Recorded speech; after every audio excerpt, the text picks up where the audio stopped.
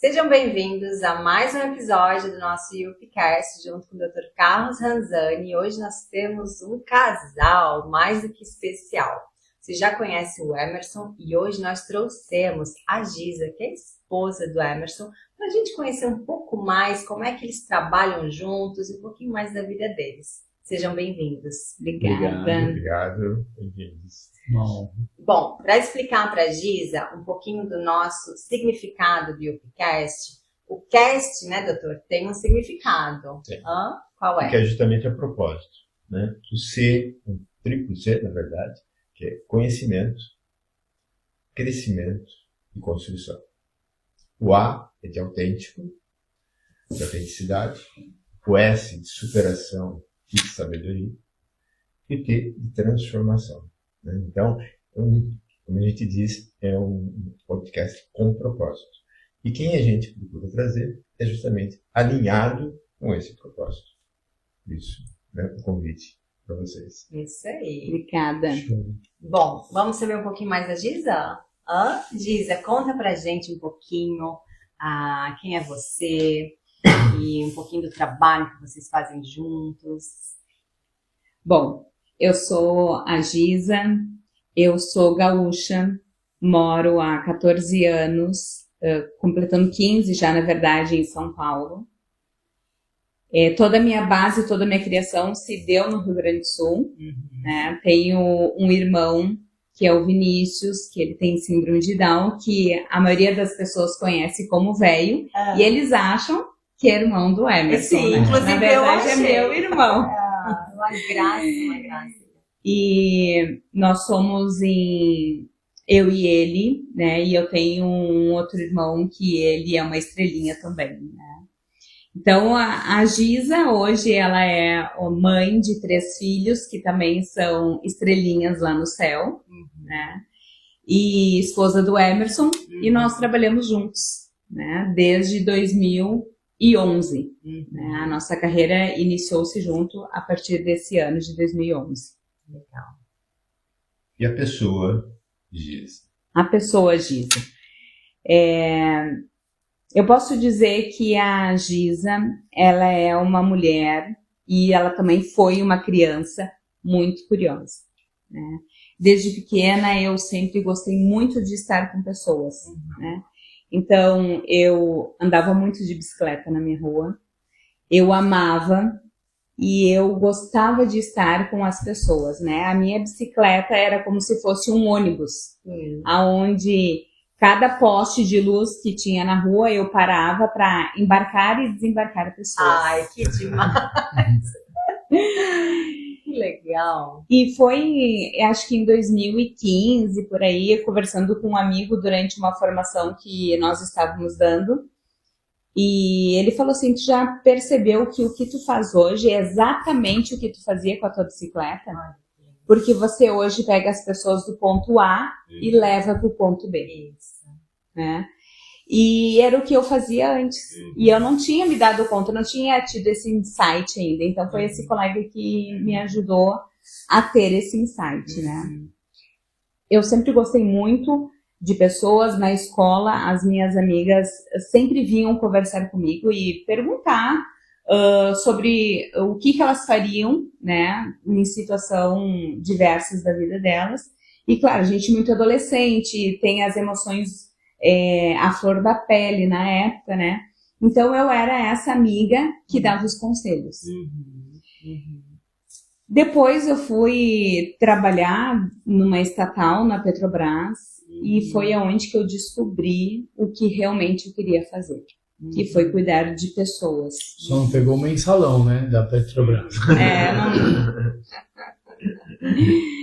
E por que eu resolvi cuidar de pessoas? Porque eu vi o quanto que tinha de afastamento no trabalho por depressão, por ansiedade, síndrome do pânico. Então eu perguntava para as pessoas o que faziam elas acordarem cedo e ir lá trabalhar naquela empresa Fazia que tão mal pra tinha elas. uma estabilidade, né? Era o que as pessoas buscavam. E muitos falavam assim, eu venho aqui, eu me sento aqui no meu computador, faço o meu trabalho e depois vou embora. Mas você se sente feliz com isso? não é bem o que eu gostaria, né, de fazer. Então foi aonde eu tive um start que eu falei assim, realmente as pessoas, elas precisam vir trabalhar em algo que elas sintam essa felicidade, essa alegria, que elas queiram desenvolver um trabalho que faz bem para elas, né? Então foi aí onde que em 2007 eu parti para essa parte do desenvolvimento humano. Mas aproveitando o gancho, o quanto também você encontrou de pessoas, você colocou, mas eram todos assim? Ou tinha gente que só ia para ter uma estabilidade pro resto da vida? A maioria era para ter uma estabilidade na vida. Quer dizer, ela não ia nem para lá porque ela estava fazendo algo para a sociedade, porque ela estava tendo contato social. Não. Propósito zero. Ela estava ali presa naquele processo para um dia se sentir segura como um todo. Isso mesmo. E muitas vezes reclamando, provavelmente, né? Muito. Tinha uma reclamação, era constante, as pessoas, tu via assim que não tinha uma felicidade no rosto, né? Então, o que levava, o que eu percebi as pessoas a entrarem numa empresa estatal é a estabilidade dela. Né? Hoje, esse mindset eu já vi que mudou um pouco, porque quando entrou pessoas mais novas de idade, realmente, nos últimos concursos que tinham acontecido, eu conheço muitos que não estão mais hoje, que saíram dessa empresa e foram trabalhar em empresas normais que não são empresas que têm essa estabilidade ali, né? Que a pessoa fica...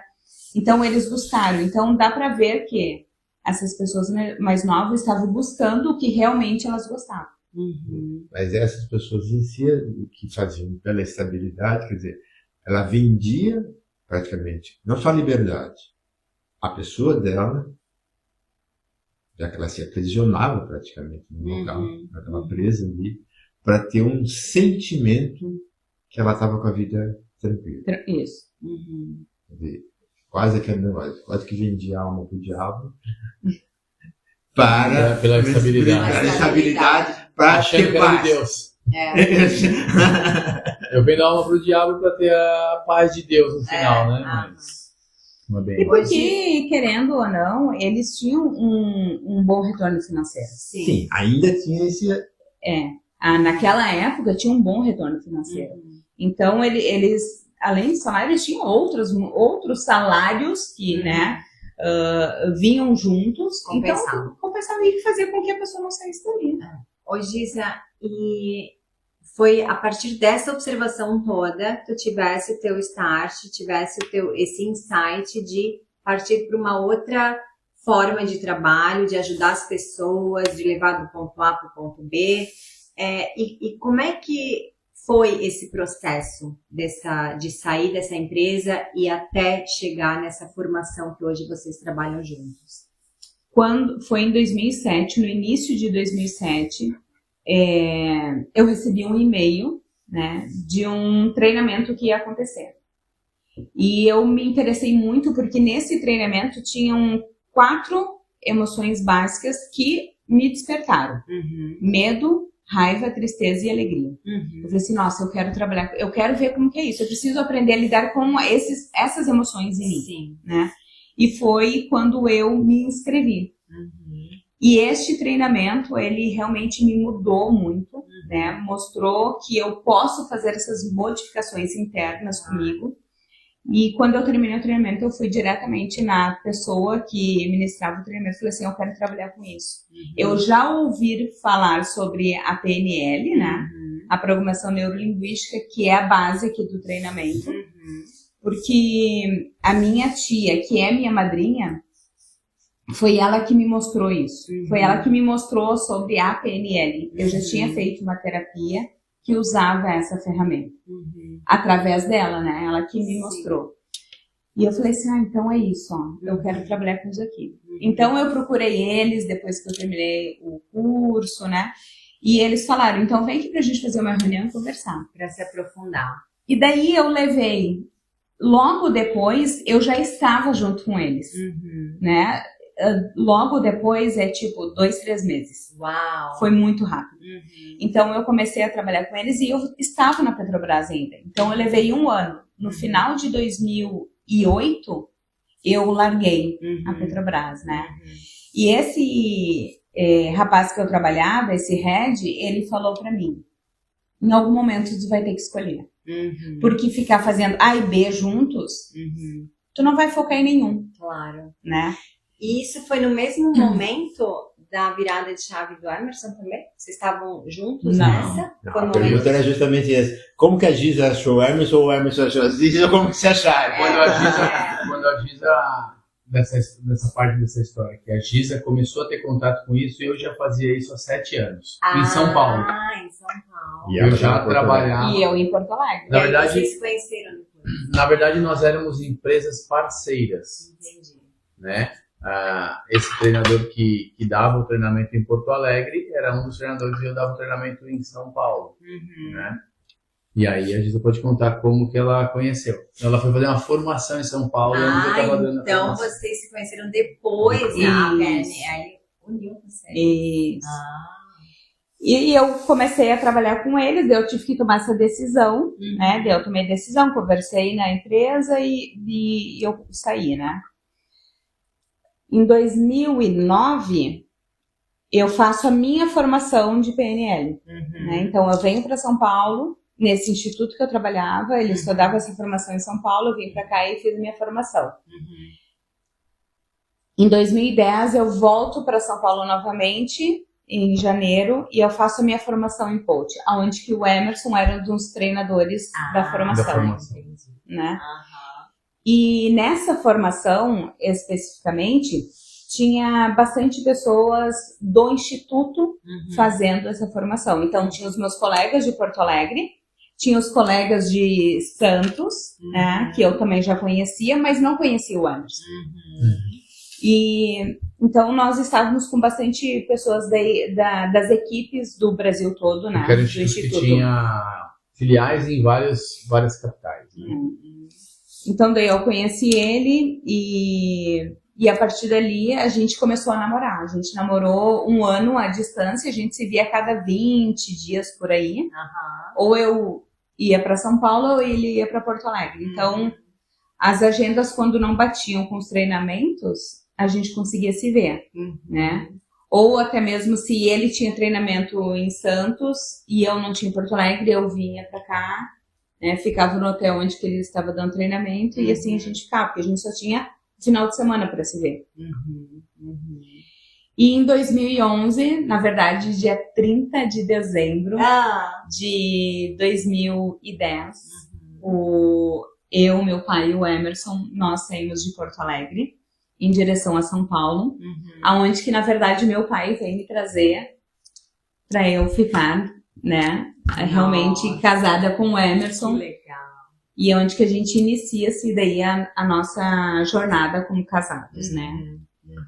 O primeiro ano em São Paulo não foi fácil. Acredito. Não foi fácil, Adaptação, nem um né? pouco. Tu já tinha saído de Porto Alegre uma vez ou foi a primeira vez? Não, já tinha. Porque... Morado fora? Não, de morar não. Sim. Não, de morar nunca tinha morado fora, né? A adaptação é complicada. A adaptação, eu larguei tudo, né? A minha família no Rio Grande do Sul, o meu trabalho, porque eu era responsável pelo escritório de Porto Alegre, né? Então eu tinha uma responsabilidade. Sim. Me perguntaram muito se eu realmente queria vir para São Paulo e se eu não estava tomando uma decisão muito precipitada. Sim. Na verdade, eles não queriam que ela saísse de Porto Alegre. Claro. Porque ela era responsável por tudo do treinamento que acontecia lá. Ela era Claro. responsável pelo escritório, ela era a maior captadora de clientes. E aí eles falaram assim, não, você tá certa que você vai para São Paulo? Claro. Não Perdendo não. Perdendo a pérola. Perder. Era uma das principais pessoas da equipe lá. Era um fato, né? Mas a Por decisão- amor ela foi. Quer dizer, A decisão foi até essa. hoje o pessoal lá de Porto Alegre vê você com bons olhos, né? Não, depois eles viram bem. Depois eles... Depois eles viram bem.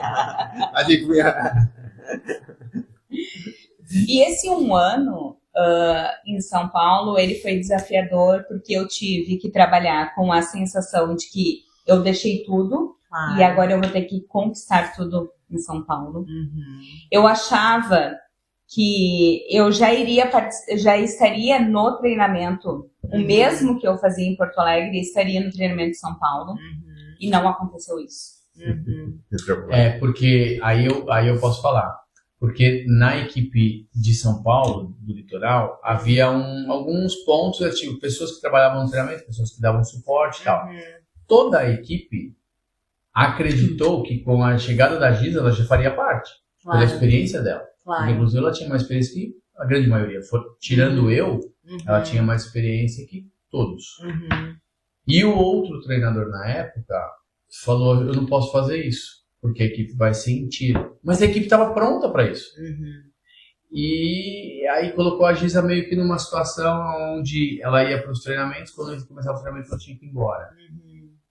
Ela sentiu muito isso. E automaticamente ela transferiu isso para mim. Claro. Tipo, eu vim atrás dele e agora eu tô fora, não pertenço à equipe e tal. Isso foi uma coisa que até abalou muitas coisas, né? Até que chegou um ponto onde as pessoas queriam fazer parte da equipe de salão, tal, não sei o que, aí chegou assim, então tá bom, coloca critérios para eu atender, para eu fazer parte disso. E quando foi colocado os critérios, em 2 meses ela fazia parte e todos os que queriam ter critério nunca atingiram, só a Giza. E aí ela conquistou esse espaço. Mas foi um ano bem desafiador e foi como o Emerson falou, né? Abalou também a nossa relação, porque ele foi a minha vítima, né? Você me tirou de lá, eu chego aqui e você não lutou por mim. Claro. Né? Claro. E eu nem sabia. E ele também nem sabia disso. Né? Então, esse ano foi desafiador em tudo, né? Porque eu não sabia andar em São Paulo. Depois de um tempo, porque na minha cabecinha estava assim, ó, se eu sair sozinha, for para algum lugar e se eu me perder, nunca mais vão me achar. E um dia nós indo para Santos, conversando, daí eu falei assim, eu já sei de onde que veio essa questão de que se eu me perder, nunca mais vão me achar. Quando eu tinha 12 anos, a minha mãe veio para São Paulo comigo. Né? E o meu tio morava ali no Copan, que é o centro de São Paulo. E eu, muito nova, daí saí, eu via aquelas pessoas dormindo na rua, aquilo ali me trazia um medo. Por que as pessoas dormem na rua, né, mãe? Então eu me segurava muito nela. E ela falava assim pra mim, tu fica sempre do meu lado e perto de mim, porque se tu se distanciar de mim, você vai se perder, eu não vou mais te achar. Isso estava gravado. E aquilo ali ficou gravado, né? Então, se eu me perder, nunca mais vão me achar. Então foi ali que eu tive também essa mudança, né? Eu entendi. Né? Agora eu não preciso mais daquilo que um dia foi dito. Agora me diz uma coisa, lá no fundo. Você percebeu, você se libertou de algo e aí você lembrou dessa passagem? Ou, na sua percepção, você lembrou dessa passagem e isso que te abriu a porta? Eu lembrei da situação e ela me abriu a porta para não ter mais o medo de me perder. Porque foi, né? Quando a gente fala, foi numa conversa mesmo, eu falei, Giza, mas conscientemente, você não tem como se perder aqui hoje. Se você se perder, você pergunta. Como eu chego em tal lugar? Você é adulta. Se você sair de carro, tem GPS Todo hoje. mundo fala português? Todo mundo. Você não tem como se perder. A menos que te sequestrem e te coloquem num cativeiro, se perder não tem como. Você é inteligente o suficiente e fala assim, como eu chego em tal lugar? Ela falou, não, mas eu posso me perder. Aí eu falei, então isso aí vem de algum lugar. Aí nós começamos na conversa e aí ela se lembrou disso. Ela falou, poxa, eu não preciso mais disso. Olha só. Que libertação. Então, só que isso, Carlos, era quando eu tinha que ir para São Paulo, capital.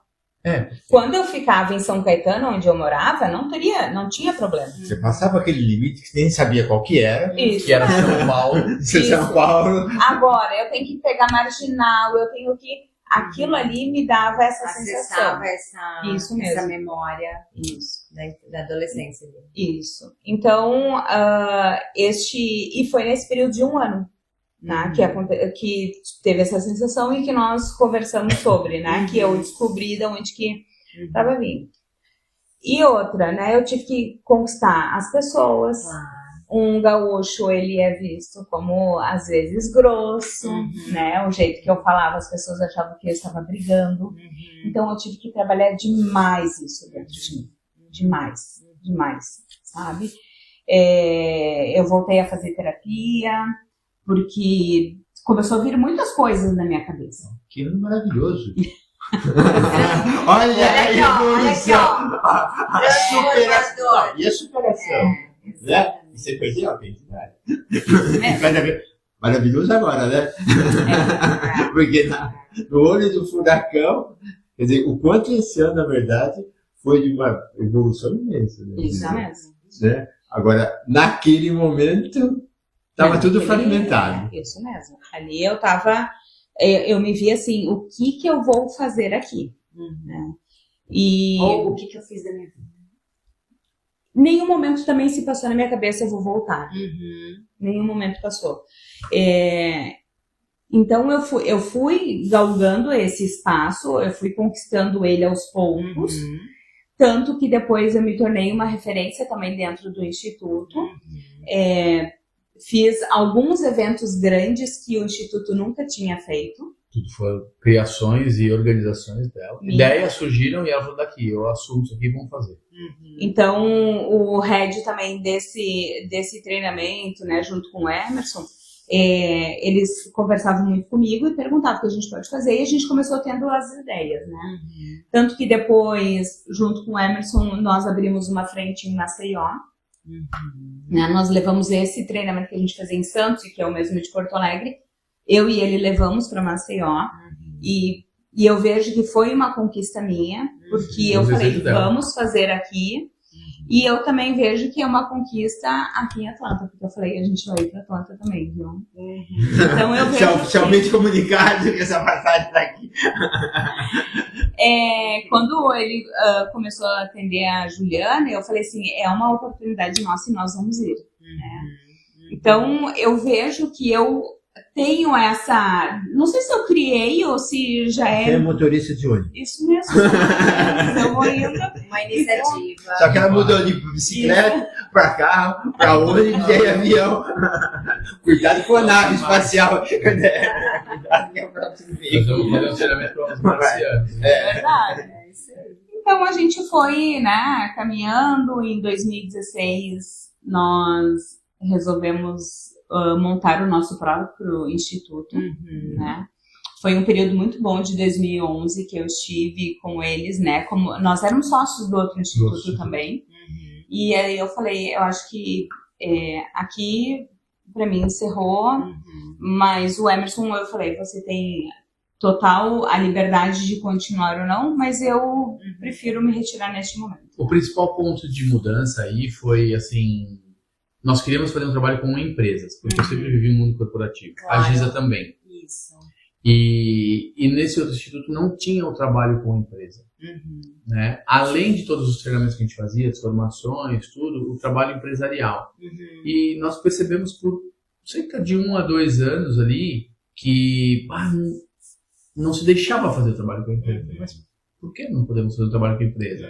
E nós entendemos que sim, existia uma insegurança, porque o trabalho com a empresa nós dominaríamos muito mais nisso aqui. E tudo bem, então tá bom, a gente vai sair para fazer esse trabalho com empresas e seguimos isso aí resolvemos montar, porque muitos pessoas, mas a gente quer o treinamento, então a gente vai continuar com as formações e o trabalho com empresas. Claro. E foi uma boa isso, né, e a gente falou, eu tô fora. Você não pode estar fora e eu tô dentro, né?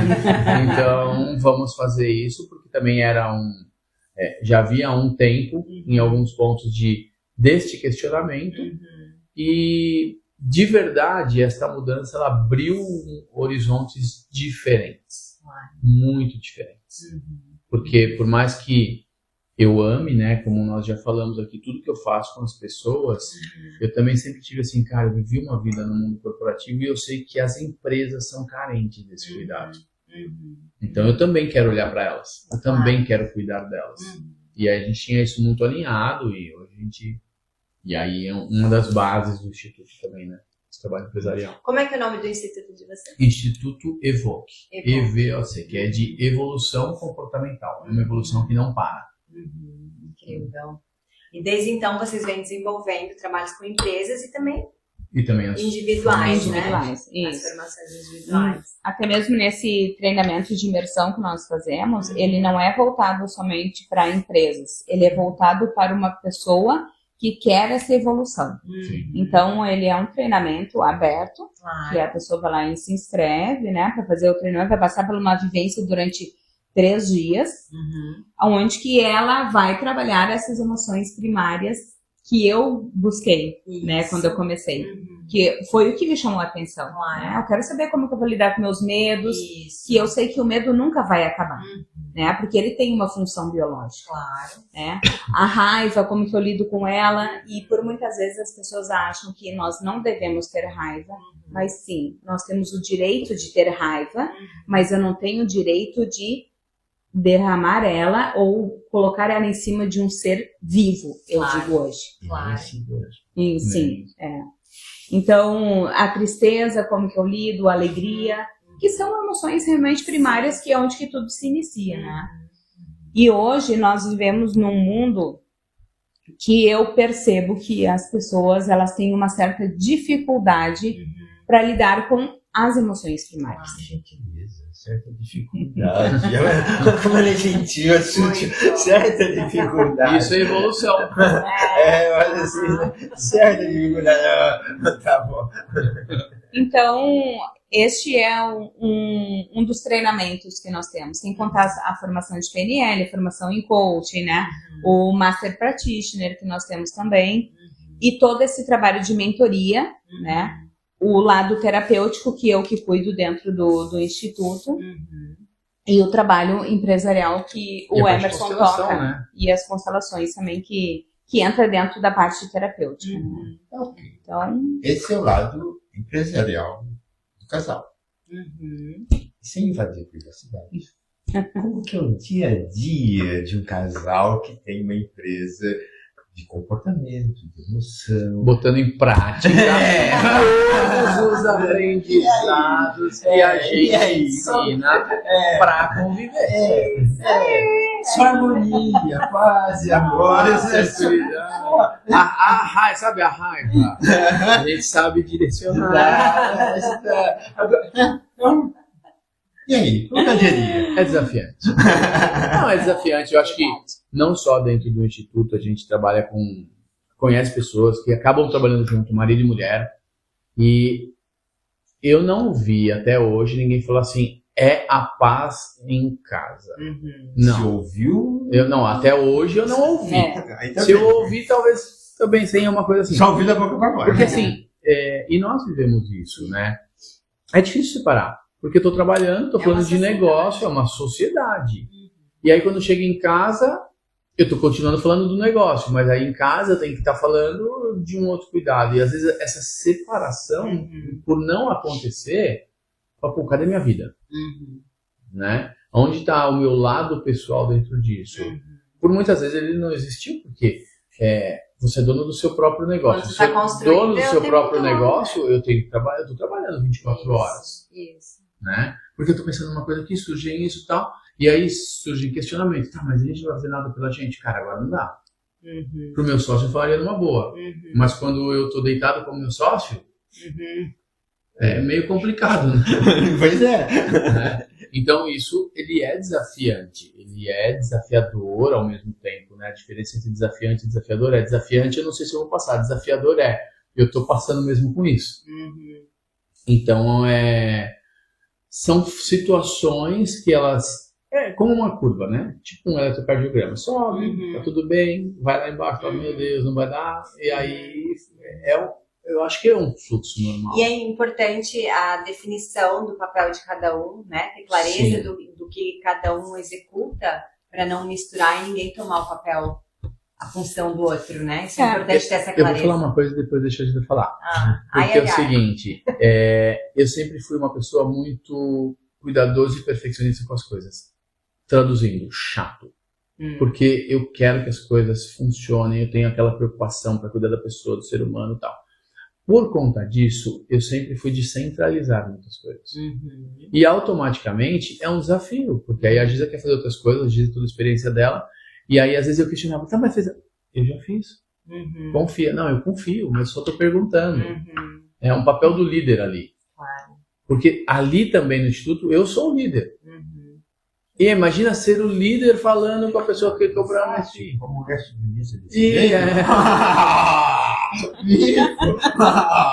Aí eu fico fácil. perguntando pra saber se tá tudo ok dentro do programado. E aí ela fala assim, tá bom. Se você, então, aí chega uma situação assim, então faz sozinho. Não, mas eu não quero fazer sozinho. Então confia, não, confiar eu confio, só tô perguntando. Então, são situações de desafios que nós vivenciamos, já passamos, continuamos passando e eu tenho certeza que vamos passar, porque a gente vem num crescente de situações, né? Então os desafios aumentam, aí tem que ter mais pessoas de equipe, pessoas que não fazem como a gente pensa em algumas situações, fala assim, tá, lembra, o negócio é nosso, a gente tem que fazer acontecer. E aí surge tudo isso, né? Então, só um pouquinho. E assim, nós somos diferentes, né? Perfis diferentes. Isso. Não vou dizer assim 8 ou 80, né? Mas o Emerson é uma pessoa mais calma, mais dócil. A Giza, eu sou uma pessoa mais acelerada. Eu acabo, até mesmo pelo sotaque, daí já parece mais agressiva, né? Então, eu sou mais... Eu quero que seja mais rápido. Ele estrategista, vai pensando mais, né? Vai vendo como é que não, já vamos fazer, já quero logo, já vai quero resolver. agindo. Isso mesmo.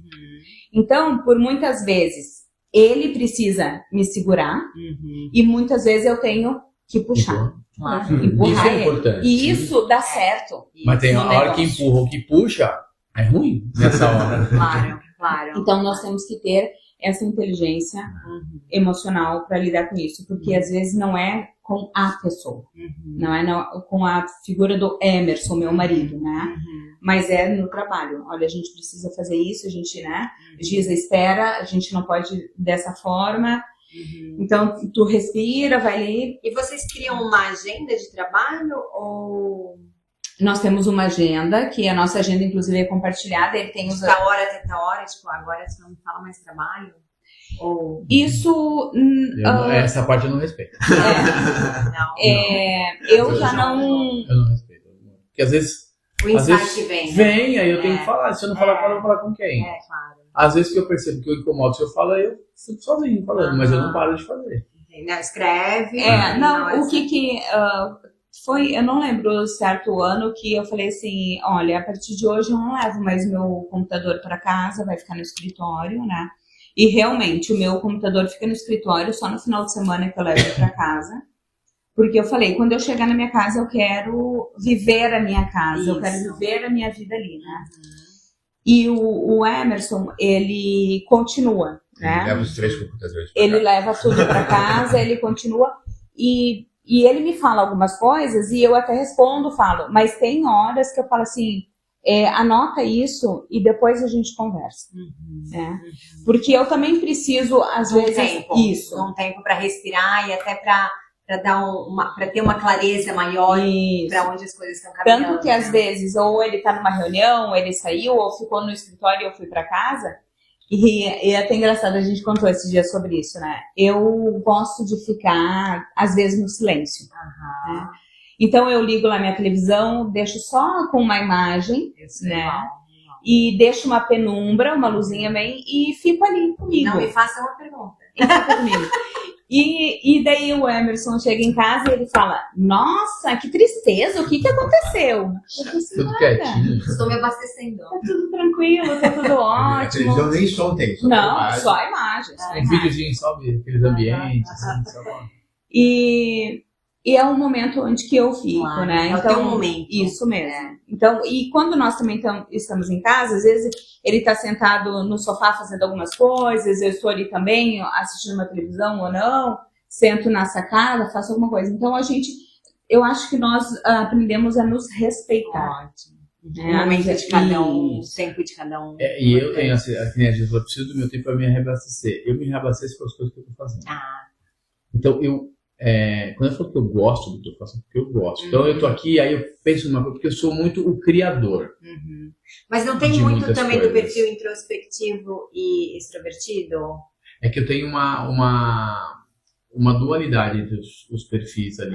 Eu tenho a parte da comunicação e dominação, junto com a parte da estratégia. Né? Então eu tenho que ter a organização. Então eu tô aqui, tô pensando alguma coisa vai acontecer. Porque no Brasil, quando a gente voltar em julho, vai ter um treinamento pela primeira vez que nós não fizemos. Então eu já tô aqui, já tô criando. Me veio um insight naquela hora, eu já usa isso para colocar em isso. prática. Já testo agora. Até porque os nossos melhores insights vêm nesses momentos, né? Nesses gaps que a gente tem, não é? Eu acho que o empreendedor, ele tá... Eu não falo assim que está trabalhando o tempo inteiro, mas o tempo inteiro tem possibilidade de que ele pode pegar alguma coisa. Sim, eu absorvo da mesma forma. Esse Né? trabalho. E aí, neste momento, enquanto eu preciso descansar fisicamente. Eu não sou mais uma criança, tem hora que eu sinto cansaço físico hoje. Então, hoje, principalmente no último... Mas é mais físico ou mental? Ele é mais físico. É que no mental gera o físico, né? Porque minha mente não para. Mesmo quando eu tô relaxado, ela não para. Só acha que eu tô parado. Mas hoje eu me permito, os finais de semana que não tem nada, tipo, não pensar em muitas coisas. Legal. Consigo fazer isso. Mas, ao mesmo tempo, sempre surge uma coisinha ou outra e tal, aí eu, deixa eu fazer. Mas, por exemplo, ouvindo vocês dois falarem, esse seu momento é um momento de conexão, que você precisa desse clima para fazer essa conexão. Não é. Outra vez a gente já conversou com o Hermes, a conexão dele é na hora que ele está lá fazendo. Isso. Por que eu estou colocando essa história? Porque acho que tem muita coisa, geralmente, no ser humano, de achar que ou é assim, ou é assim. Não tem padrão, né? Nós não temos. Né? Então, você vê, justamente, tanto na forma que cada um não tem de certo conexão, errado, né? justamente, ou assim ou é assado, né? Como até a forma de produzir. Não tem aquele velho ditado, negócio, amigos à parte. Sim. Imagina, não é amigo, é casal. Se já tem esse ditado desse sentido, né? Negócio faz negócio, faz amizade, não mistura as coisas porque vai dar mal. Sim. Imagina isso, então, no ritmo de casal. E já deu mal, né? Já chegou a dar mal em situações. Eu acho que daí, Carlos, a gente entra na pergunta que tu tinha feito antes para nós, né? A gente trabalha com o desenvolvimento e como que é a nós, né? Em 2013, eu acho que foi uma falha muito grande minha e do Emerson, achar que eu trabalho com isso, eu dou conta e eu resolvo. E não foi isso que aconteceu, né? Em 2013, em outubro, nós tivemos o nosso primeiro filho e essa gestação parou com 8 semanas. E ali a gente estava em Maceió, inclusive, dando uma formação em PNL e eu optei pelo aborto espontâneo dele, realmente sem fazer curetagem, né? E realmente, lá em Maceió, eu tive todo aquele sangramento, né? Vivi aquele momento ali do luto. Voltando, e achei que estava bem. E que já tinha saído realmente o saco gestacional, ele já tinha, né? E quando nós voltamos para São Paulo e Santos, a gente foi no final de semana para dar o treinamento. Seguinte, né? Eu tive um novo sangramento. Muito maior. Né? Muito maior. Então... a gente foi para o hospital, no meio do treinamento tivemos que, a outra equipe continuou e a gente teve que sair, e ainda estava ali o saco gestacional, ele não tinha ido, né? Então eu passei por um período passei no outro dia, na manhã seguinte, pela curetagem, e no final do dia eu fui embora, e na segunda-feira nós tínhamos uma reunião pós-treinamento. Eu, anêmica, sem força, debilitada, e o emocional abalado. Não, então vamos para Santos. A gente tem que estar bem para a reunião. Então ali eu não Foi a pior escolha do momento. Não me respeitei. Nós não conversamos sobre essa dor, Tipo a perda. né, sobre a perda. Ah, é normal, acontece. Sim, é normal, acontece, tá, mas e a dor que eu sinto? E a frustração. Onde eu vou fazer com aquilo ali? Do sonho. Né? Que se passa 5 meses, mais ou menos, eu fico grávida novamente, né? E essa gestação, ela vem a ser uma gestação ectópica.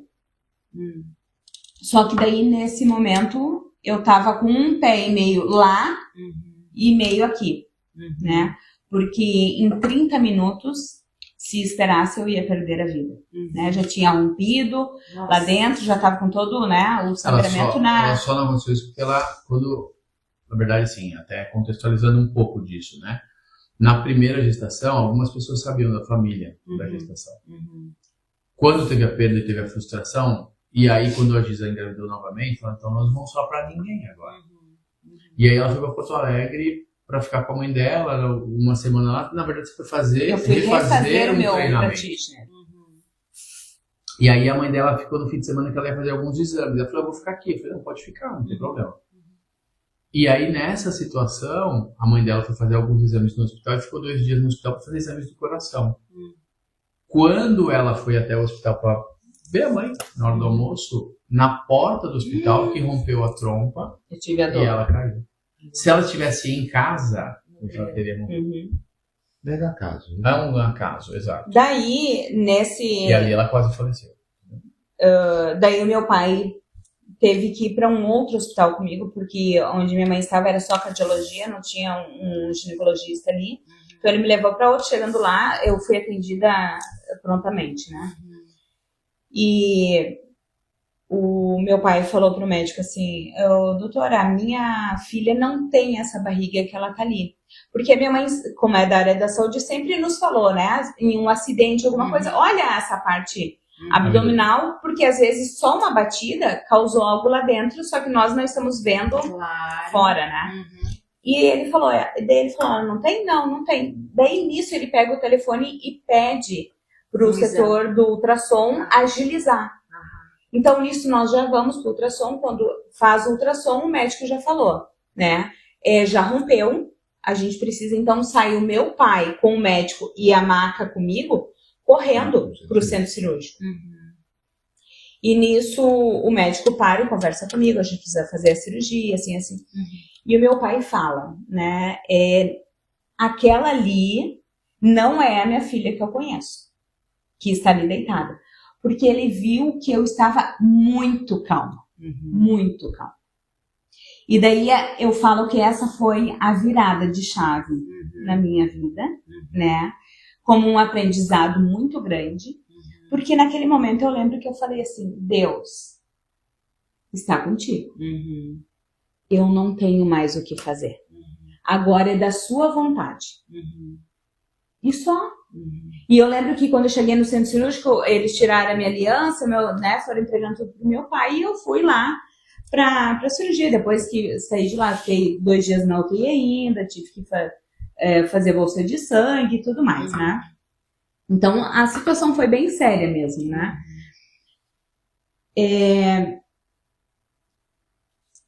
E depois que aconteceu isso, que daí nós começamos a pensar. Nós não vivemos a nossa dor.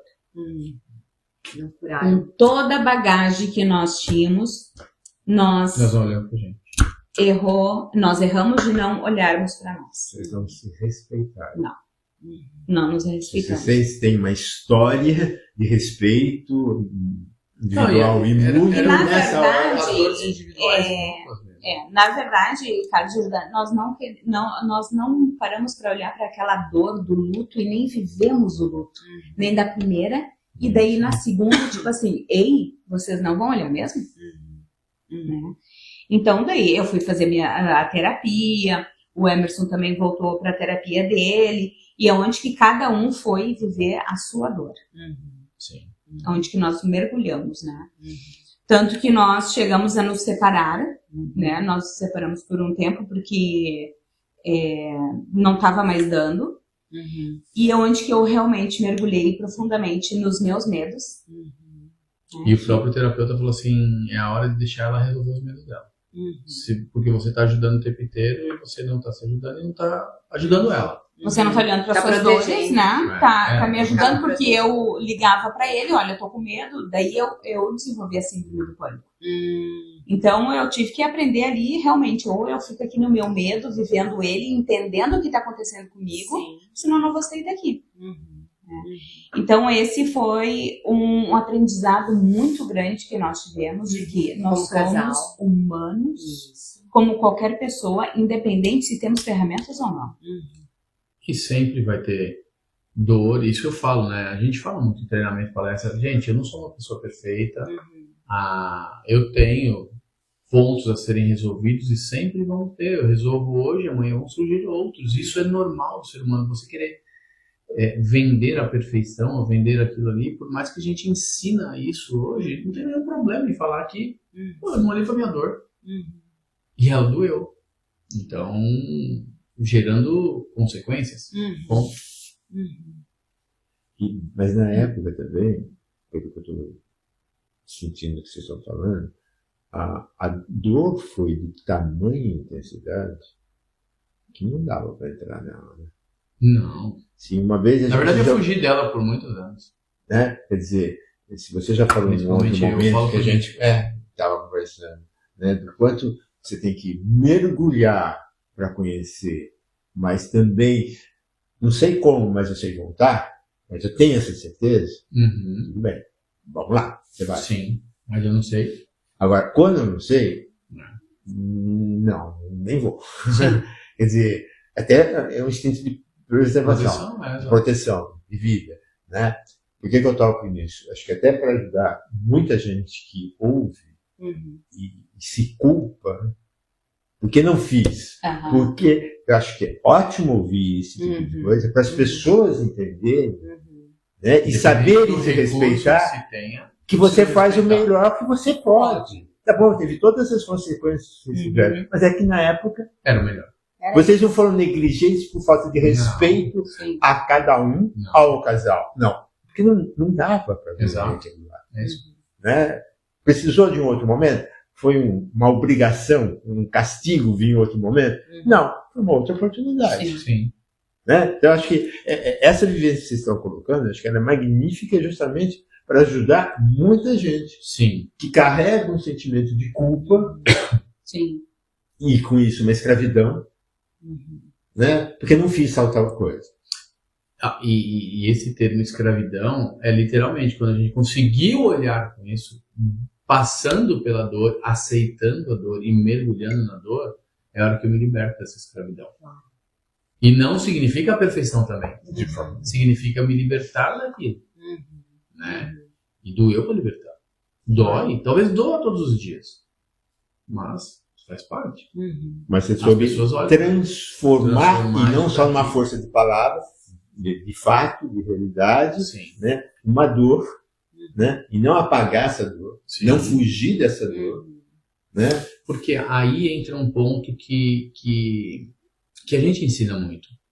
Você fazer uma mudança sobre coisas que aconteceram na tua vida não significa que você vai apagar isso da sua vida. Ela faz parte da história. Ninguém vai apagar. Não, mas não tem nem como. Né? Não tem, infelizmente, é a obra da criação. Só que as pessoas querem apagar.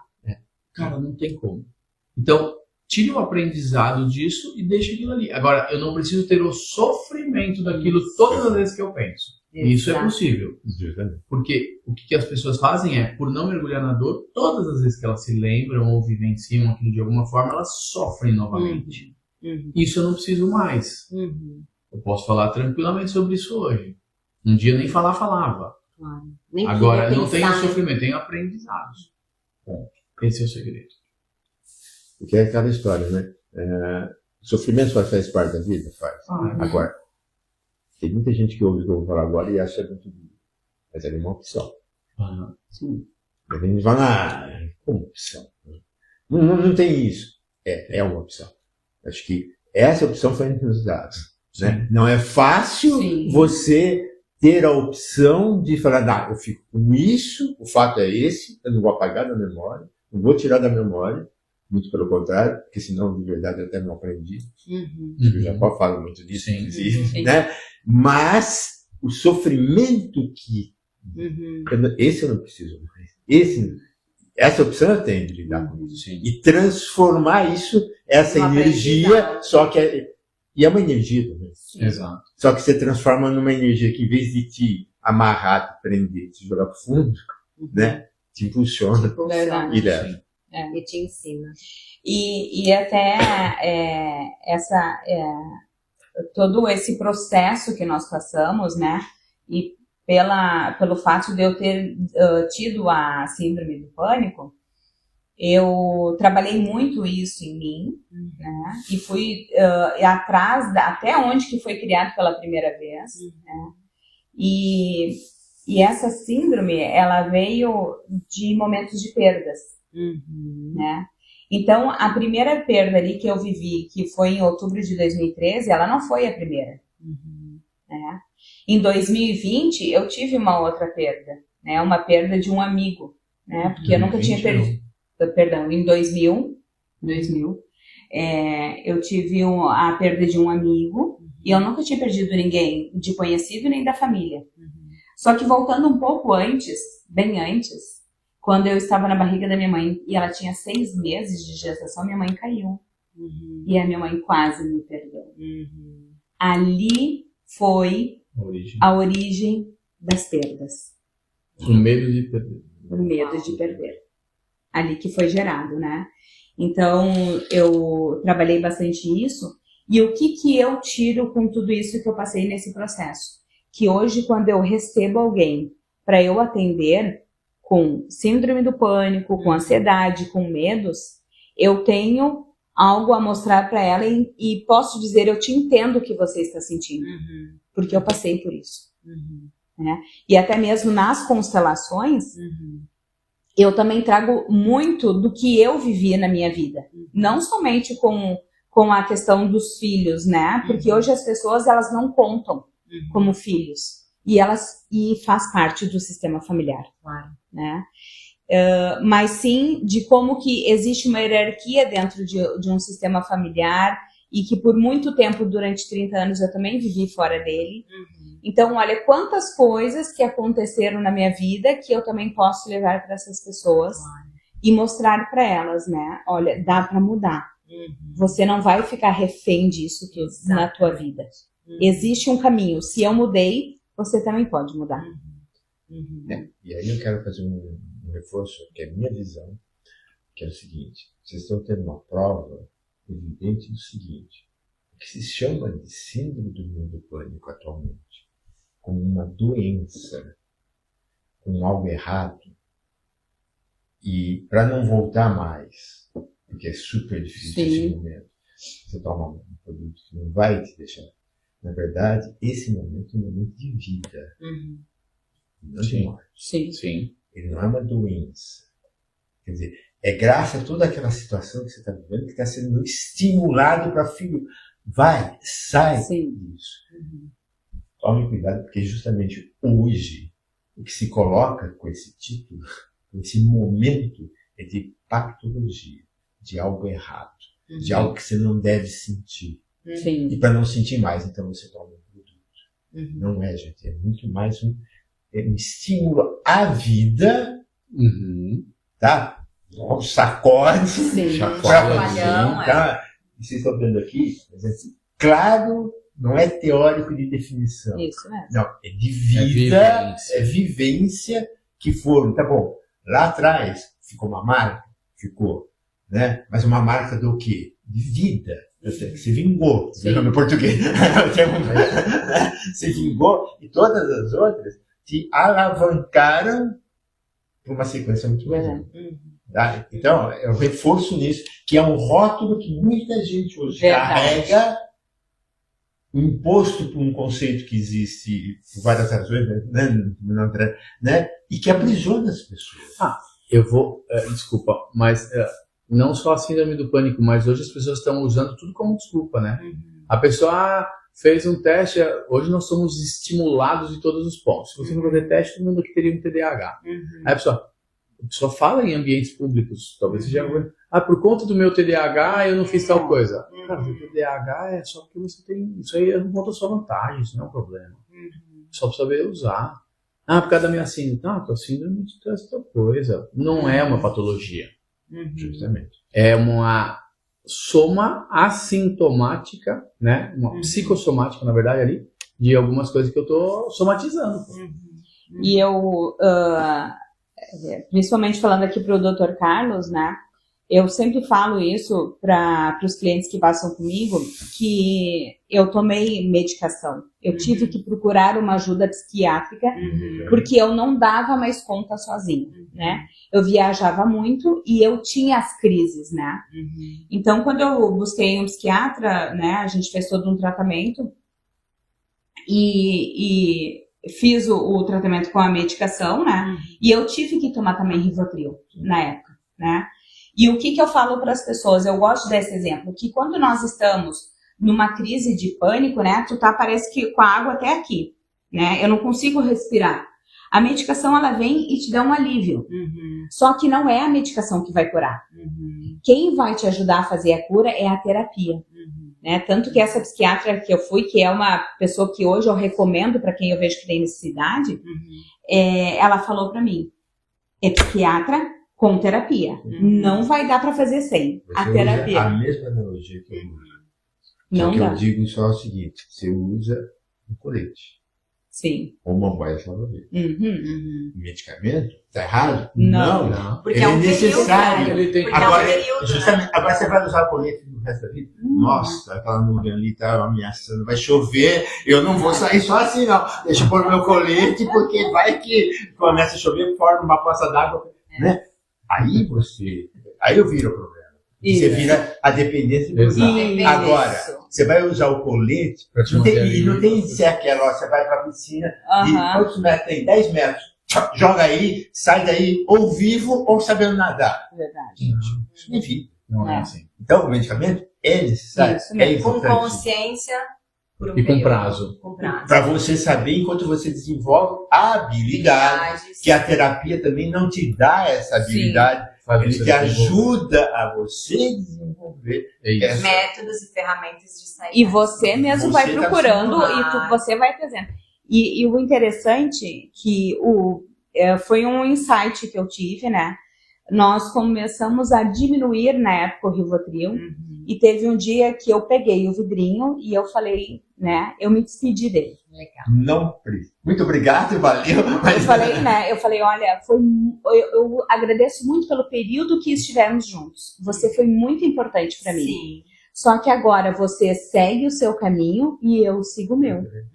Né? Eu fiz exatamente como eu tô falando aqui para vocês. Com eu peguei. gratidão, porque ele Sim, serviu muito. ele me Importante. ajudou demais, ele foi muito importante.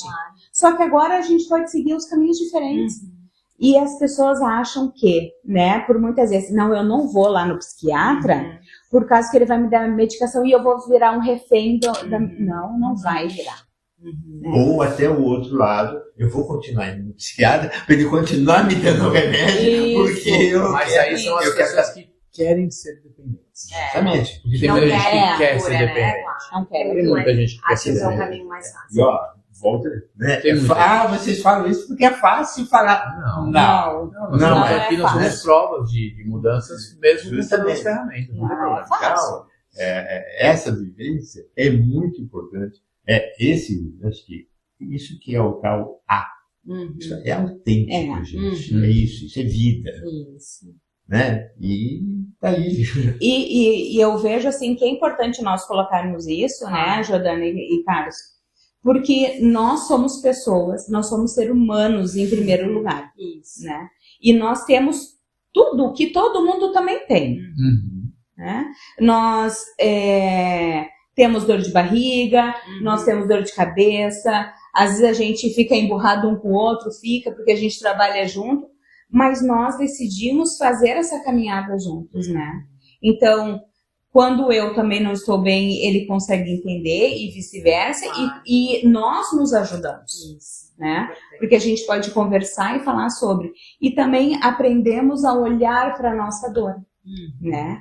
Que um dia ela existiu, ela foi muito forte, depois foi diminuindo. Ah, mas, poxa, por que será que Deus não quis que nós tivéssemos filhos fisicamente, né? hoje o Emerson tem um entendimento, eu tenho outro, né? Porque depois de se passado alguns anos, com 42 anos, eu engravidei novamente e essa gestação não seguiu também, né? Então hoje eu vejo que Deus tinha um propósito diferente para mim e para ele. Com certeza. Né? Porque se eu continuasse, né? Porque eu fiz uma fertilização e eu não consegui tirar o óvulo, né? O médico ele pensava e não vinha, né? Então eu comecei a pensar assim: se eu continuar fazendo isso, eu posso colocar a minha vida em risco. O meu propósito, E a minha missão. Isso mesmo. Então eu entendi que a minha missão aqui é cuidar dos filhos que vieram para mim, que não são do sangue, mas eu vou entregar algo para eles viverem melhor. Com certeza. Então, só que até chegar nesse entendimento, a gente passou por um bom perrengues, né? Então a gente vai seguindo o nosso barquinho, né? Cada vez mais entendendo qual é essa jornada que ele lá de cima, só ele sabe. E respeitando A gente não isso, sabe. respeitando esse processo. Exatamente, maravilhoso. Que bate-papo, hein, doutor? Maravilhoso, maravilhoso. Sensacional.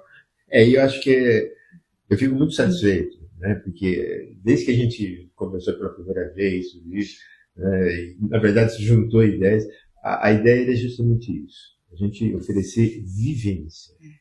Sim. Né? Real, né? Real, exatamente. Por quê? Porque nós estamos, aquilo que a gente já falou outra vez, nós estamos Chega de mundo digital, muitos de fachada. Isso. Né? Eu até coloco muitas vezes, muita gente fala, o mal do mundo é depressão, já foi ansiedade. Eu digo, é a superficialidade. É verdade. São os filtros. Né? Quer dizer, nós estamos num mundo em que se vive na superfície, as pessoas estão... Essa é a... Então, colocar isso na profundidade, na vivência que É que, na verdade, né, o que muitos fazem é colocar para baixo do tapete, literalmente, né? Levanta aqui e coloca ali. É a fuga, né? Tanto que quando iniciou-se a pandemia, eu lembro que eu tinha feito um vídeo sobre isso, né? E literalmente mesmo, eu peguei o tapete e fiz E eu achei, agora é a hora da gente levantar esse tapete aqui e ver o que nós guardamos ali embaixo. Mas não foi todo mundo que teve essa percepção. Muito pelo contrário, a onda da pandemia ela está estourando agora de muito volume maior. Foi inclusive uma coisa que eu usei no meu processo para vir para cá. Né? Eu mostrei para o pessoal o seguinte: eu não sou da linha de frente do vírus, nem da UTI, nem do socorro. Mas a crise viral vai ser desse tamanho. A econômica vai ser essa. E a emocional né? Ela tá chegando na emocional. Foi feito um estudo, Dr. Carlos, até foi essa psiquiatra que me falou, na Faculdade Federal de Santa Maria, perdão, de Pelotas, se não me engano, que depois da pandemia, por 7, 8 anos, ia vir toda essa onda das dificuldades que as pessoas teriam com a questão mental. Nós não vamos ter profissionais suficientes para atender a demanda. Foi por isso. Então, e olha, não vou lembrar quem foi que me deu uma explicação que é muito mais longa esse processo. Uma vez que eu acho que conversando com alguém, negócio da barata. Tem medo de barata. Mas peraí, medo de barata? Né? Quantas vezes vocês já ouviram isso? Mas não é um Rottweiler, não é um tigre que vai me morder. Não é bem medo, é nojo, uma coisa assim. Né? Quando você vai aprofundando... As pessoas não conseguem falar, né? O quê? Sabe de quando vem isso? Da peste bubônica. Porque a peste bubônica foi por uma questão sanitária que acabou se vendo que, na verdade, o bicho tinha convivência com a coisa sua, tipo o rato, tudo isso. E tudo que envolve esse meio né, foi passar a ser de risco. Tá? Então, na verdade, a barata, o rato, coisas assim, tem, principalmente a barata, acho que até porque ela é muito mais resistente. Ela é resistente, né? Você mata mais fácil, né, um rato que tem veneno do que barata. Sim, claro. Tá? E elas propagam muito mais. Então, esse medo que as pessoas têm da barata Bem lá, cara. vem da peste bubônica, 1700 e pouco, né? Se não falo a memória. Quer dizer, por isso que é tão importante, né? Tem cada vez mais a certeza de a gente ajudar as pessoas a entenderem Da onde vem essas origens? as suas emoções, né? Os seus sentimentos. Sim. Né? Porque ou escraviza, ou é a Ou se grande, né, situação da liberdade que você tem de se abrir, se Exato. libertar. Então, ter esse momento com vocês, muito Gratificante. obrigado. Obrigado. Bom. Obrigado também. Vocês querem deixar uma frase final? Isso. Uma frase, uma palavra, algo para nossa audiência? Eu vou deixar não é uma frase, mas um ensinamento que eu recebi da minha mãe, tá? E que eu acho que ele é muito válido, né? Que hoje, tudo que você faz, que você possa fazer com amor. Com coração, com amor, porque não vai ter dinheiro que lhe pague essa satisfação que você vai ter. Porque quando você faz com amor, com o coração, tudo volta para você. Então, que você que esteja agora nos assistindo, você possa pensar e refletir sobre isso, sobre o que você tem feito, né? Se o seu trabalho, se a convivência na sua casa, ela está sendo feita com amor, né? E quando eu falo do que a gente faz com amor, é aquilo que nós começamos lá no início, né? Aquelas pessoas que trabalhavam numa empresa e que elas estavam ali não pelo amor, pela estabilidade. Pela ilusão, Isso, Da estabilidade. que é uma ilusão. Exato. Porque É. aonde tem estabilidade na vida, é verdade, não existe, é uma ilusão. né? Então que a gente possa, sim, fazer tudo que a gente faça com amor e que a recompensa será muito maior. Maravilha. Obrigado. Obrigada. Show de bola. E eu vou botar uma última coisinha aqui também, é que às vezes as pessoas esperam a certeza para fazer as escolhas. Nós nunca vamos ter certeza do que vai acontecer. Hoje, amanhã, daqui a um mês. Então confie sem ter certeza e se permita passar pela jornada. Não deixe essa dor ficar encapsulada aí dentro, porque quando ela estoura, dói bem mais. Cuida disso. Mesmo sem ter certeza do que vai acontecer. Confia Como na o Carlos falou aqui, qualquer que seja a dor, a síndrome, você está vivo. É um sinal que você está vivo. Então confia nisso. E aquela história, né? Nem só dói mais, né? Às vezes destrói. Destrói. Né? Exato. Destrói externo, destrói interno. Então, não é só a dor, no mesmo o tamanho da dor, é o nível de criação ou de destruição que acaba existindo. Posso quebrar o protocolo? Pode. O que vocês, Jordana e Carlos, têm como uma mensagem depois desse bate-papo? Foi muito profundo, foi muito verdadeiro. E a mensagem que eu trago é que realmente fazendo as coisas com o coração, conectados com a verdade, não tem erro. É a direção certa. Essa é o caminho. É o que eu executo na Yupi, é o que eu executo no meu dia a dia. Ter encontrado esse propósito dessa conexão com o coração, para mim é uma realização enorme. Viva, tá? Porque eu acho que tem muita ilusão do que é a vida. Acho que tem muito aquela imagem de que é aquela... Não existe essa. Eu E quero aí? chegar aí. né? Você lá nas nuvens... Vai chegar. É igual a gente ouviu do Conan, né? Asinhas nas nuvens, tocando arpinha. Gente, e você não, Não vai dar. viva.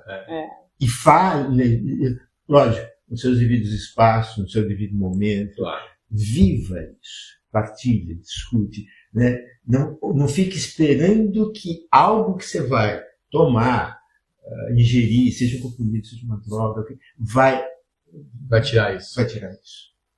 Né? É isso. O melhor presente, embora muitas vezes seja doloroso, é você ter essa oportunidade de mergulhar, de viver, de sentir. Eu acho que esse momento que nós estamos vivendo, espero que possa levar isso para frente. Eu acho que é essa a vivência.